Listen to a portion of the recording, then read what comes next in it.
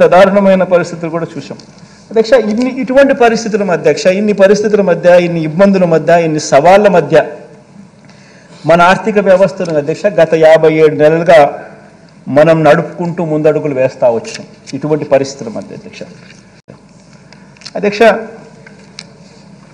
ఒక్కొక్కసారి బాధ అనిపిస్తుంది అధ్యక్ష. ఎందుకంటే 13,000 కోట్ల రూపాయలు ప్రతి సంవత్సరం రాష్ట్ర ప్రభుత్వానికి అదనపు ఆదాయంగా వచ్చే పరిస్థితి ఇలానే కొనసాగిందంటే చంద్రబాబు నాయుడు గారు 5 సంవత్సరాలు అంటే 65,000 కోట్లు, మన ఈ 5 సంవత్సరాలు అని అంటే దాదాపుగా 1,30,000 కోట్లు మనకి అదనపు ఆదాయం చేతిలో ఉండిండు.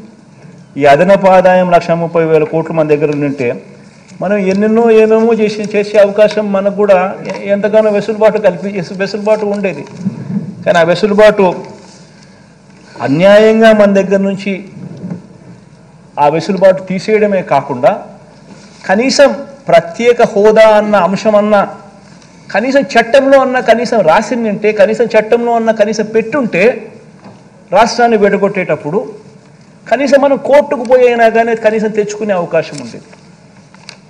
రాష్ట్రాన్ని అడ్డగోలుగా విడగొట్టడమే కాకుండా దాన్ని ప్రత్యేక హోదాను కనీసం చట్టంలో కూడా చేర్చలేదు. దీని దెబ్బకు మన మీద ఆధారపడి ఉండే కేంద్ర ప్రభుత్వం కేంద్రంలో వస్తే తప్పనిచ్చి మన కర్మ కొద్దీ మనకు ప్రత్యేక హోదా అనేది ఒక ఎండమావిగా తయారై కనిపిస్తూ ఉంది అధ్యక్ష. నిజంగా ఒక్కోసారి బాధ అనిపిస్తుంది. కేంద్రంలో ఉన్న ఏ ప్రభుత్వం వచ్చినా కూడా వాళ్ళకు అబ్సల్యూట్ నెంబర్లు రాకూడదు అని చెప్పి మనస్ఫూర్తిగా కూడా కోరుకుంటా ఉన్నాం.